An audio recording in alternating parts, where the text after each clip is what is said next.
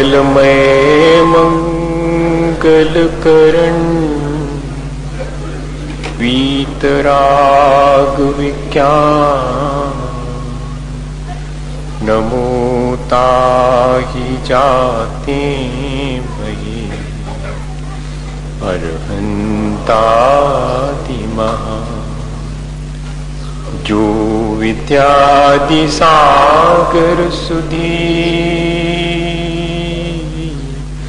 जो विद्यादि सागर सुधी गुरु हैं हितैषी शुद्धात्म में निरत नित्य हितोपदेशी वे पाप ग्रीष्म ऋतु में जल हैं सयाने पूजून हैं सतत केवल ज्ञान पाने पूजून हैं सतत केवल ज्ञान पाने।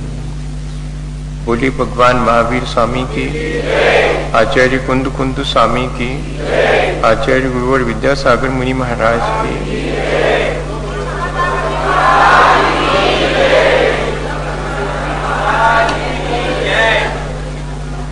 हम सभी लोगों ने पिछले दिनों अपने जीवन को अच्छा बनाने के लिए अपनी दृष्टि की निर्मलता और आत्मज्ञान इन दोनों से समन्वित हमारा जीवन हो, इस बात पर विचार किया है। दृष्टि की निर्मलता से हमें अपने आत्मकल्याण की दिशा मिलती है। आत्मज्ञान से हमें उस दिशा में किस तरह से चलना चाहिए इस बात की समझ उत्पन्न होती है। और इसके बाद एक और प्रयत्न जो शेष रह जाता है कि हम धीरे धीरे श्रद्धा और आत्मज्ञान के बल पर अपने आचरण को उन्नत बनाएं। सब्लिमाइजेशन यानी उदात्तीकरण, अपने जीवन का उदात्तीकरण करें, अपने जीने के ढंग को इस तरह से बनाएं जिससे कि हमारे साथ साथ दूसरे जीवों का भी भला हो। वास्तव में श्रेष्ठ आचरण वही माना जाता है जिसमें हम अपना और दूसरे का उपकार करते हैं। आचार्य भगवंतों ने जितने भी आचरण को ठीक बनाने के नियम व्रत इत्यादि रखे हैं, उन सब के पीछे एक ही उद्देश्य रहा कि जो इन नियमों का, जो इस कोड ऑफ कंडक्ट का खुद पालन करता है, वो अपने जीवन को ही नहीं, अपने आसपास के परिवेश को भी बहुत अच्छा बनाने में सहयोगी बनता है। हमने अपने जीवन में बहुत सारी बुराइयां देखी। हमारा मन कभी कभी दूसरे को क्षति पहुंचाने का हो जाता है। हमने सोचा है कि अब हम ऐसा नहीं करेंगे। हमारा मन कभी कभी मिथ्या व्यवहार करने का हो जाता है। हमारी वाणी से भी मिथ्या वचन निकल जाते हैं, वो भी हमारे जीवन को पतित करने वाला है। ऐसा हमने बहुत प्रकार से विचार किया है और सोचा है कि अब हमारे व्यवहार में जितनी सच्चाई हो सकेगी, हमारी वाणी में जितनी सच्चाई हो सकेगी, हम उस बात का प्रयत्न करेंगे। हमारी संपत्ति तो हमने अपने परिश्रम से संचित की है, उस पर तो हमारा अधिकार है। लेकिन कभी कभी हमारे मन में आ जाता है कि दूसरे की संपत्ति पर भी हमारा अधिकार हो जाता, और उसको जो हड़पने और छीनने का भाव मेरे मन में आता है वो भी ठीक नहीं है। इसलिए मैं उससे भी अब धीरे धीरे अपने जीवन को बचाने के लिए प्रयत्न करूंगा। मेरी दृष्टि भी लोगों के प्रति कभी कभी खराब हो जाती है। मेरे मन में कुछ दुर्भावनाएं मेरे को घेर लेती हैं, वो भी ठीक नहीं है। सबके प्रति प्रेम भाव मुझे रखना चाहिए, किसी के प्रति भी मेरे मन में दुर्भावना नहीं आनी चाहिए। मुझे पंचेंद्रिय के विषयों में इतनी आसक्ति नहीं होनी चाहिए कि मैं उस आसक्ति के वशीभूत होकर के दूसरे का बिगाड़ कर सकूं और अपना स्वयं का जीवन भी तहस नहस करूं। इसलिए अब पंचेंद्रिय के जो विषय हैं उनसे धीरे धीरे मैं अपने को अलग करने के लिए अभ्यास करता हूं। और अंत में हमने यह भी सीखा है कि बहुत अधिक धन संचय से तो उसके संचय करने की भी मुश्किल, संचय करने के बाद संरक्षण की मुश्किल और उसको और अधिक बढ़ाने का प्रयत्न, वो भी संक्लेश का कारण। और जब एक दिन सारी संपत्ति छिन जाती है या हम ही नहीं रह जाते हैं, संपत्ति रखी रह जाती है, दोनों स्थितियों में आखिर होगा क्या? जितना हमको आवश्यक है उतना ही रखेंगे। अब अधिक संचय करके रखना अब बुद्धिमानी नहीं मालूम पड़ता है। ऐसा विचार करके हमने अपने धन संचय की भी एक सीमा निर्धारित कर ली। ये अपने जीवन को एक दिशा देने का, अपने जीवन को एक अनुशासित करने का हमने उपक्रम किया है। और अब तो हमने ऐसा भी सोच लिया है कि बहुत दौड़ धूप करने से क्या फायदा, जब इतना ही अपना जीवन है और उतने थोड़े से में अपने जीवन को व्यवस्थित किया जा सकता है, तो अब ज्यादा दौड़ धूप नहीं करेंगे, ज्यादा आवागमन नहीं करेंगे। अब सीमाएं अपनी 10 दिशाओं में निर्धारित कर लेते हैं। इससे ज्यादा अब व्यापार इत्यादि के निमित्त से अपनी आजीविका 2 रोटी कमाने के लिए इतनी दौड़ धूप करने का क्या मतलब है? एक निश्चित सीमा के भीतर रह करके ही जितना अपना जीवन के लिए आवश्यक है उतना हम करेंगे। इस तरह अपने इन जीवन को अच्छे बनाने के नियमों में हमने एक नियम और शामिल किया था। अब तो ऐसा लगने लगा है कि इस सीमा के भीतर भी बहुत सारी ऐसी बातें हैं जो मैं करता हूं जिनको कि करने का कोई प्रयोजन नहीं है। सहसा नहीं मालूम पड़ता है कि मैं जो कर रहा हूं वो प्रयोजन भूत नहीं है, पर थोड़ा सा जब विचार करते हैं तो अपने आप लगने लगता है कि बहुत सी चीजें सुबह से शाम तक ऐसी होती हैं जो कि प्रयोजन भूत नहीं होती, जिनका करना दूसरे और हमारे दोनों के लिए लाभकारी नहीं है बल्कि अनर्थकारी है। एब्सर्ड बोलते हैं, एमलेस, अनर्थ। एक तो होता है यूजलेस, जिसका कि कोई उपयोग नहीं है, और एक होता है एमलेस, जिसका कोई पर्पस नहीं है, जिसको करने से कोई लाभ नहीं होने वाला बल्कि अहित ही होने वाला है।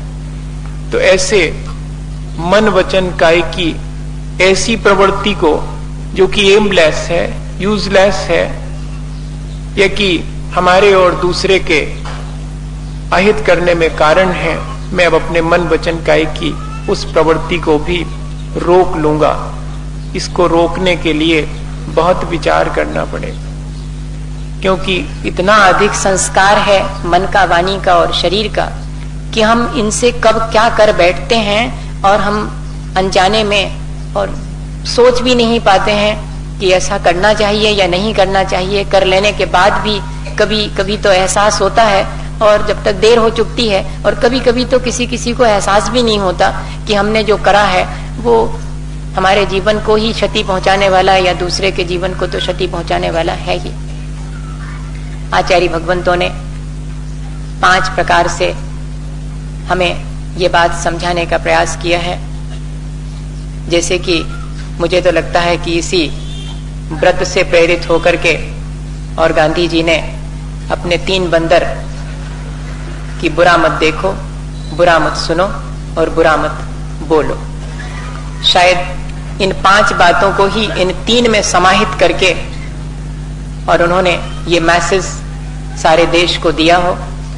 आचार्य भगवंतों ने हमारे इस मन, वाणी और शरीर से होने वाली जो दुष्प्रवृत्ति है, जिसको रोकने के लिए उन्होंने 5 बातें कही हैं कि कभी भी स्वयं तो हमने दूसरे के जीवन को क्षति पहुंचाने से बचने का प्रयास शुरू कर दिया है, लेकिन कभी कभी आदत बस ऐसा ना हो जाए कि हम दूसरे को ऐसा उपदेश देने लगें जिससे कि वो पाप में प्रवृत्त हो जाए।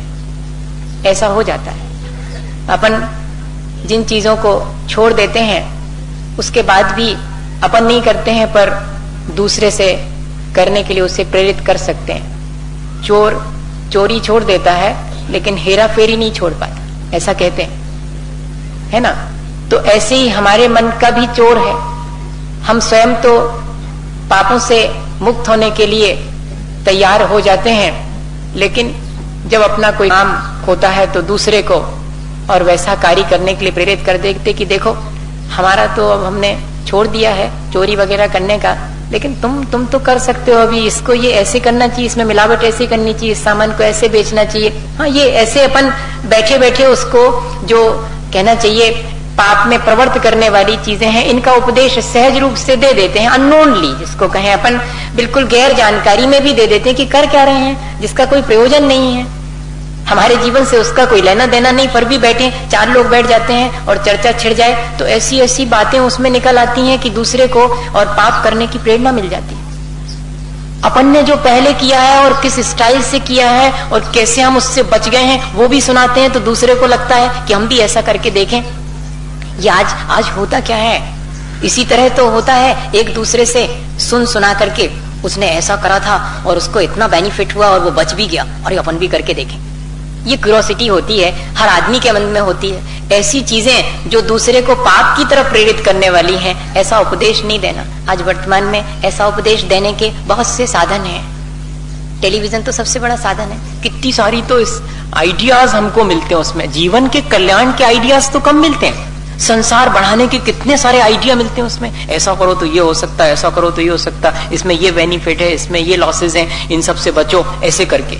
ये सब जो है क्या चीज है, व्यर्थ, जिसका कोई उपयोग नहीं अपने जीवन में। लेकिन फिर भी इस तरह कभी बैठेंगे तो दूसरे के यहाँ जाएंगे तो उसको भी इसी तरह का, अरे आपने जो है इस तरह से सीढ़ियां बनवाई, ये स्टेप तो आपके जरा ऊंचे ऊंचे हो गए, आप जरा इनको ठीक करवा लीजिएगा, छोटे स्टेप, और यहाँ से रोशनी नहीं आती आपके यहाँ पर, कैसे आप आहार वगैरह करवाओगे, महाराज को रोशनी आना चाहिए पूरी, आप यहाँ खिड़की बनवा लो एक।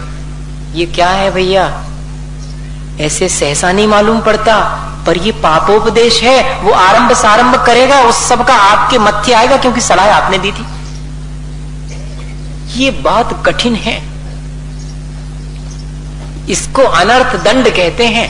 दंड का मायना होता है मन वचन कायी की क्रिया, और अनर्थकारी मन वचन कायी की क्रिया से विरक्त होना, अनर्थ दंड व्रत। आचार्य भगवंतों ने इतना जान करके ये चीज हमें बताई है कि बिना प्रयोजन के भी अपना कोई काम नहीं हो रहा, अपने घर में कुछ नहीं बना रहे आप, लेकिन दूसरे के यहाँ जाकर के उसको सलाह दे रहे हैं कि ये ऐसा नहीं, इसको ऐसे बना लेना, ये, और इसमें तो सुनो ये वास्तु की वजह से ये दोष है, इसको जरा ऐसे ठीक करवा लो, ये ऐसा। बहुत कठिन है प्रति व्यक्ति के लिए। अगर उसने अपने जीवन में ये व्रत धारण कर लिया है तो फिर वो इस तरह की सलाह नहीं देगा।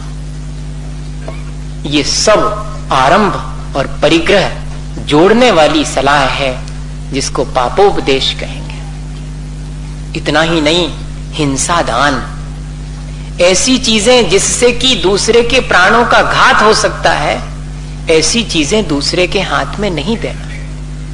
यहां तक कि लिखा है कि जो व्यक्ति अपने जीवन को ऊंचा उठाने के लिए अपने जीवन को अनुशासित बना लेता है, वो गैर अनुशासित और लापरवाह व्यक्ति के हाथ में सुई भी नहीं देता और माचिस की तीली भी नहीं देता। हाँ, क्योंकि एक लापरवाह व्यक्ति के हाथ में अगर ये चीजें चली जाएंगी तो जैसे बंदर के हाथ में मोती की माला, उसको तो चने से मतलब है, मोती चने जैसे लगते तो खा खा के देखता और फेंकता चला जाता। ऐसे ही आपने दी थी दिया सलाई कि घर में जाकर के और दीपक जलाएगा रोशनी के लिए, और हो सकता है कि वो आग लगा दे दूसरे के घर में, आपकी दिया सलाई उसमें कारण बनेगी। तो ऐसे अनुशासित व्यक्ति को तो दे सकते हैं, आपस में जो अनुशासित हैं, जिनके बारे में कंफर्म है कि ये इसका मिसयूज नहीं करेंगे, उन्हें तो देना ठीक है, लेकिन आपस में जिसको हम जानते हैं कि ये इसका मिसयूज कर सकता है, उसे नहीं देंगे। इतना तक आचार्य भगवंतों ने हमें अपने मन वचन काया को संभालने के लिए, इस प्रवृत्ति को सीमित करने के लिए कहा है। आज वर्तमान में कितनी ऐसी चीजें हैं दूसरे को बंधन में डालने वाली, जंजीर इत्यादि नहीं बेचना कहते, जिससे दूसरे जीवों का घात हो, ऐसी चीजें नहीं सेल करना। आने वाले पर्यूषण के दिनों में 10 लक्षण में मैंने पहले के जमाने में देखा है, अपने साथ अपने सामने देखा है। मेरा जमाना बहुत बड़ा ज्यादा नहीं गुजरा है, आप में से बहुत लोग होंगे जिनने कि और पहले देखा होगा। 10 लक्षण के दिनों में अगर कोई अपने दुकान में साबुन भी बेचता होगा तो साबुन उस 10 दिन में बेचना बंद कर देगा। बताइए क्यों? क्योंकि उसके द्वारा जीव राशि का घात हो सकता है, कोई उसका मिसयूज करेगा, सावधानी नहीं रखेगा अगर, तो वो पानी नाली में जाएगा तो बहुत सारे जीव उससे विघात को प्राप्त होंगे। इतनी सावधानी रखते थे। आज तो वर्तमान में पेस्टिसाइड, इंसेक्टिसाइड्स ये सब मार्केट्स में आ गए हैं, और अपन जो बेचने वाले हैं वो किस तरह से गारंटी देते हैं कि विद इन 5 मिनट्स आप यूज करके तो देखें, 5 मिनट में सब मामला। हाँ बताइएगा, ये गारंटी देते हैं अपन। तो जितने भी ये कस्टमर हैं, मैन्युफैक्चरर हैं, डीलर हैं, ये सब उसमें शामिल हैं। सब उसी हिंसा दान के पाप से लिप्त है, खरीदने वाले से लेकर बेचने और बनाने वाले तक। बताइए कैसे अपना जीवन ऊंचा उठ पाएगा जब अपन इन सब चीजों में इतने इंडल्स हैं, इतना लगे हुए हैं। अपन सोचते जरूर हैं कि थोड़ा सा मंदिर में पूजा पाठ करने से काम हो जाएगा, इतने से नहीं होगा, और थोड़ा आगे बढ़ना पड़ेगा भैया।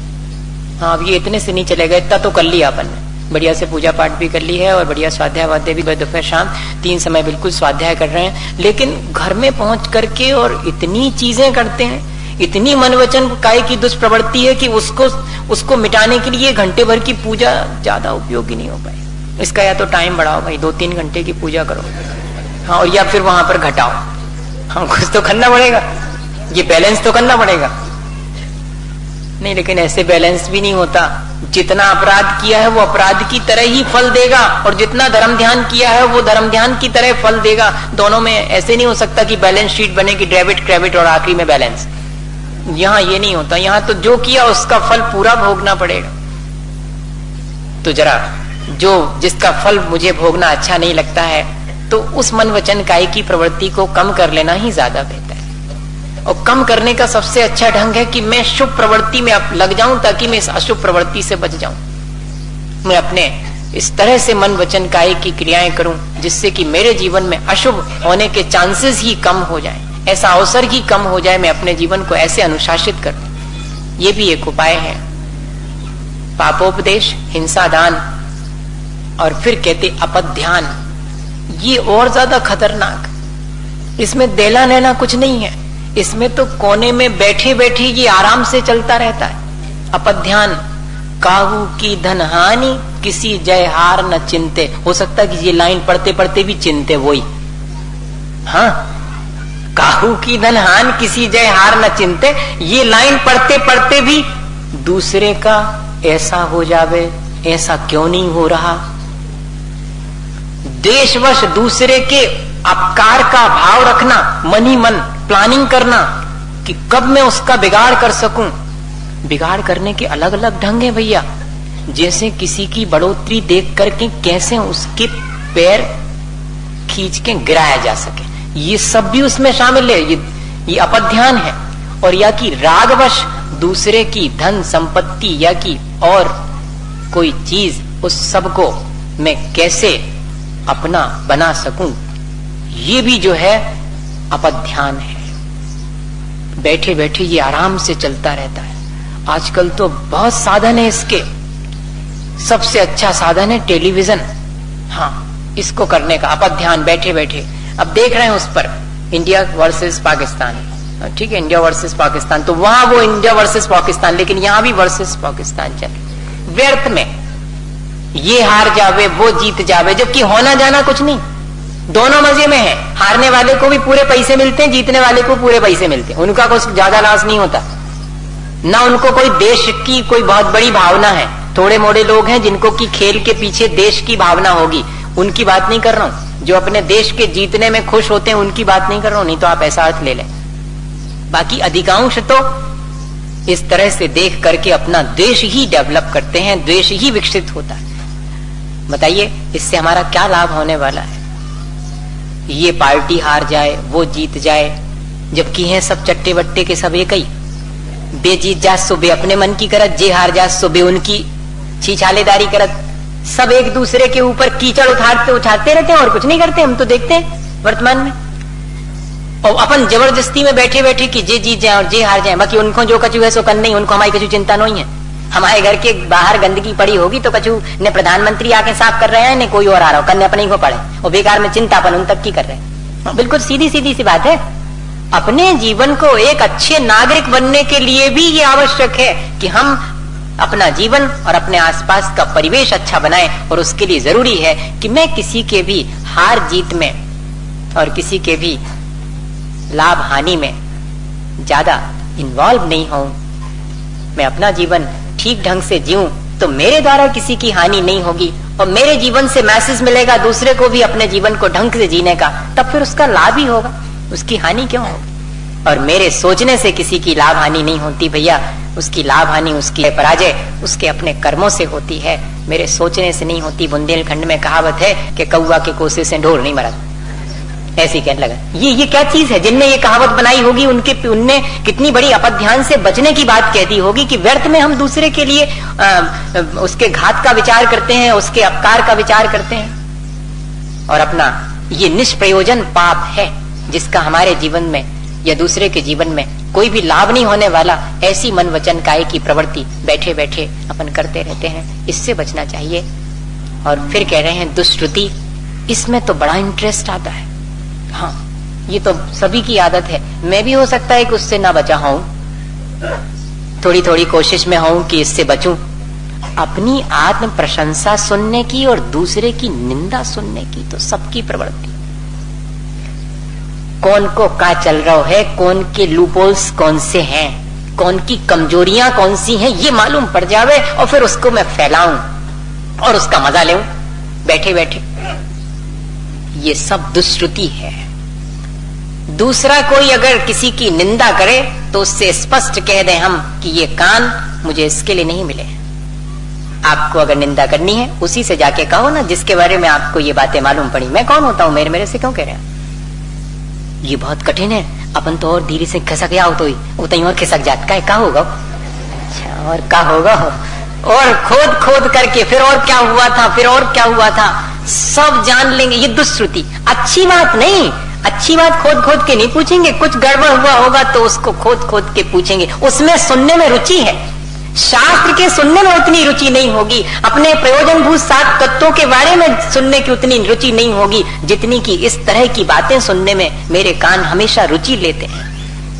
ये मेरी प्रवृत्ति ठीक नहीं है, ऐसा मेरे अंदर में लगने लगे तब फिर हो सकता है कि सुधर जाए।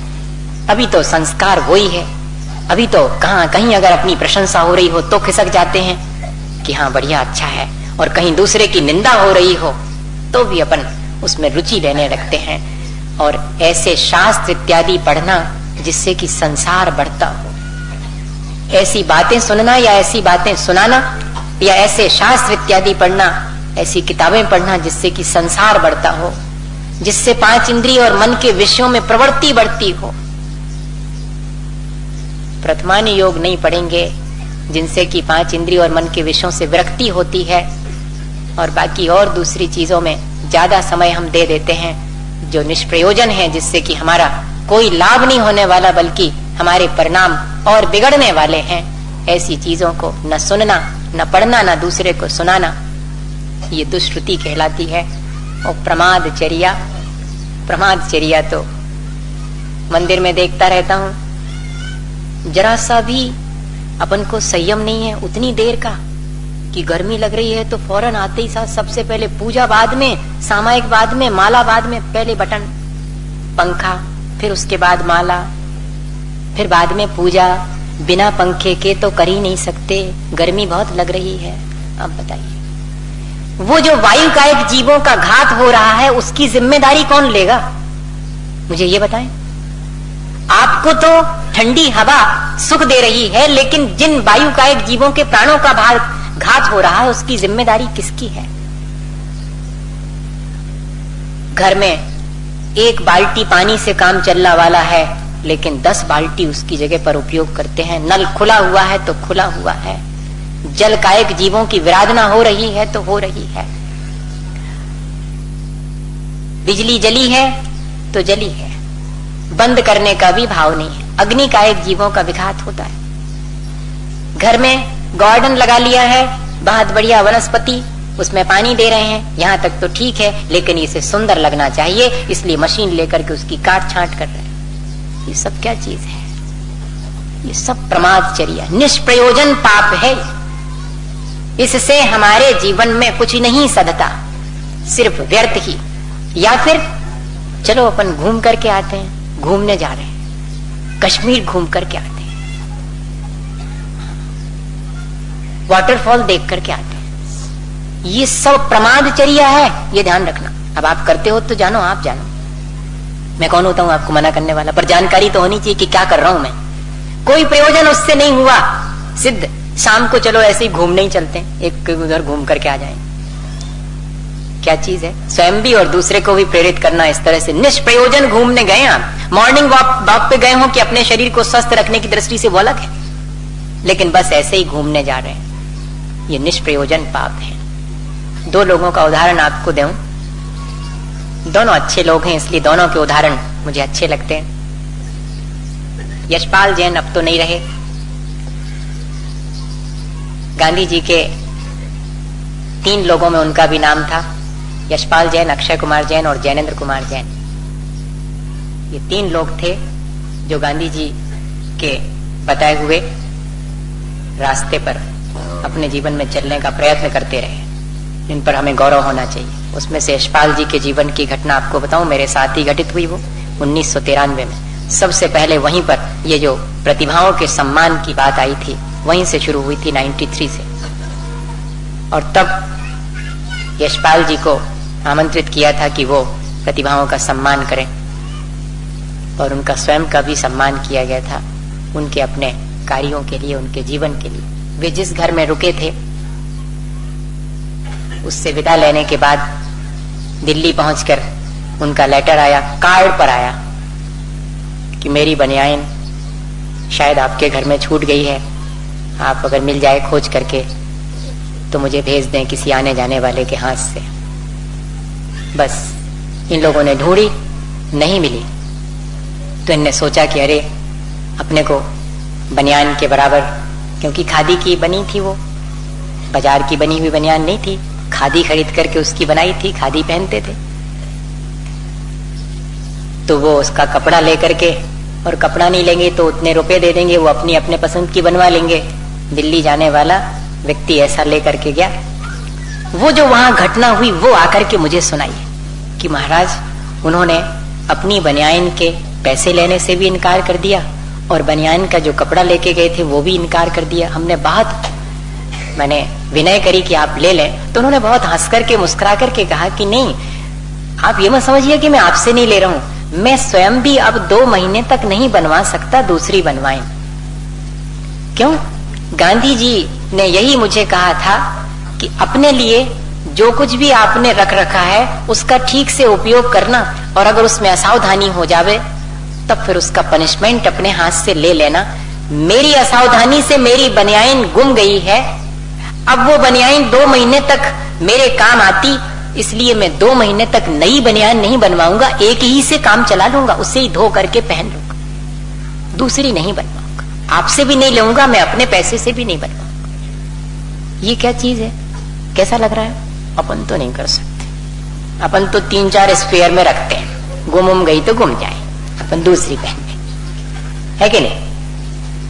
अपन बने तो बड़े धर्मात्मा फिरते हैं, हाँ वैसे बोल रहा हूं, बहुत धर्मात्मा बने फिरते हैं, लेकिन अपने जीवन में तो ये बात है नहीं। तब तो फिर अपने धर्म पर चिन्ह तो लगी गया, प्रश्न चिन्ह तो लगी गया।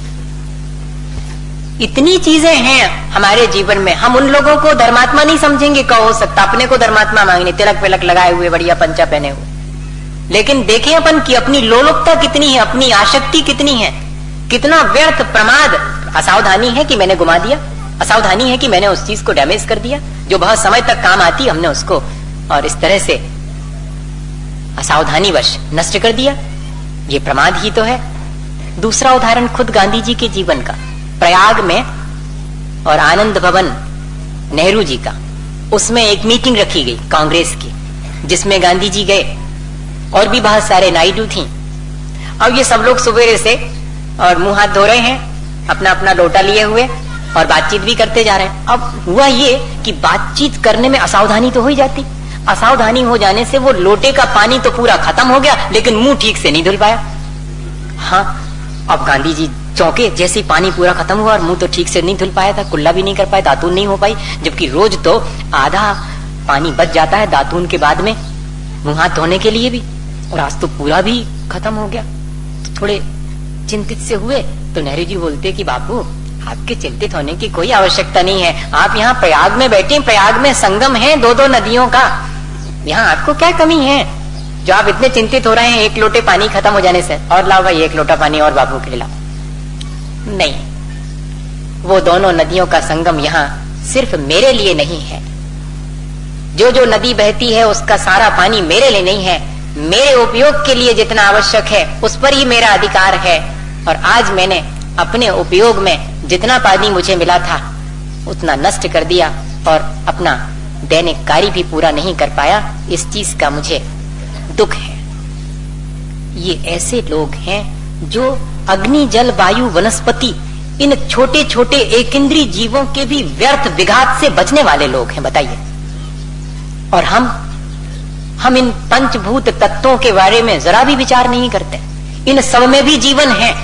आचार्य भगवंत तो इन सब के भी बचाने के लिए कह रहे हैं। आज जितनी भी इकोलॉजी और जितनी भी एनवायरमेंटल जो साइंस डेवलप हुई, जिसको आप क्या बोलते हैं, उसका नाम एकदम भूल गया, पर्यावरण, इकोलॉजिकल बैलेंस, वो क्यों डिस्टर्ब हुआ है? पूरा पर्यावरण पोल्यूशन क्यों हुआ है?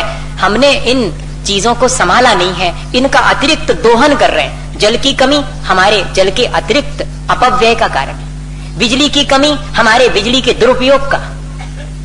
रोज देख रहे हैं अपन, व्यर्थ ही हम इन चीजों को। वनस्पति, हमें तो बढ़िया सा फर्नीचर चाहिए, चाहे जितने पेड़ कटें, हमें इससे क्या मतलब? हमें तो बढ़िया चौड़ा रास्ता चाहिए, रास्ते किनारे के बड़े बड़े लगाए गए 50-50 साल के पेड़ कट जावे तो कट जावे, हमको तो चौड़ा रास्ता चाहिए। हमारी गाड़ी हमने खरीदी 120 किलोमीटर रफ्तार वाली, तो वो चलनी चाहिए। ये हम लोगों का सोच है। हम भले ही और बहुत सारी धर्म की चीजें कर ले हुए, लेकिन जब तक ये सोच हमारा नहीं बदलेगा, जब तक हमारे मन वचन काया से इस तरह व्यर्थ की जो निष्प्रयोजन प्रवृत्ति है वो नहीं रुकेगी, तब तक हमारा जीवन अनुशासित और तब तक हमारा जीवन ऊंचा नहीं उठ सकता। प्रयत्न करना चाहिए कि हम अपने जीवन में इन सब चीजों को मर्यादित करें और इन सब चीजों से बचें जो कि हमारे जीवन और दूसरे के जीवन के अपकार में कारण बनती हैं, जिनसे किसी का कल्याण नहीं होता बल्कि दूसरे का अपकार ही होता है। ऐसी मन वचन काया की प्रवृत्ति को हम छोड़ें और अपने जीवन को सार्थक बनाएं। इसी भावना के साथ बोले आचार्य गुरुवर विद्यासागर महाराज।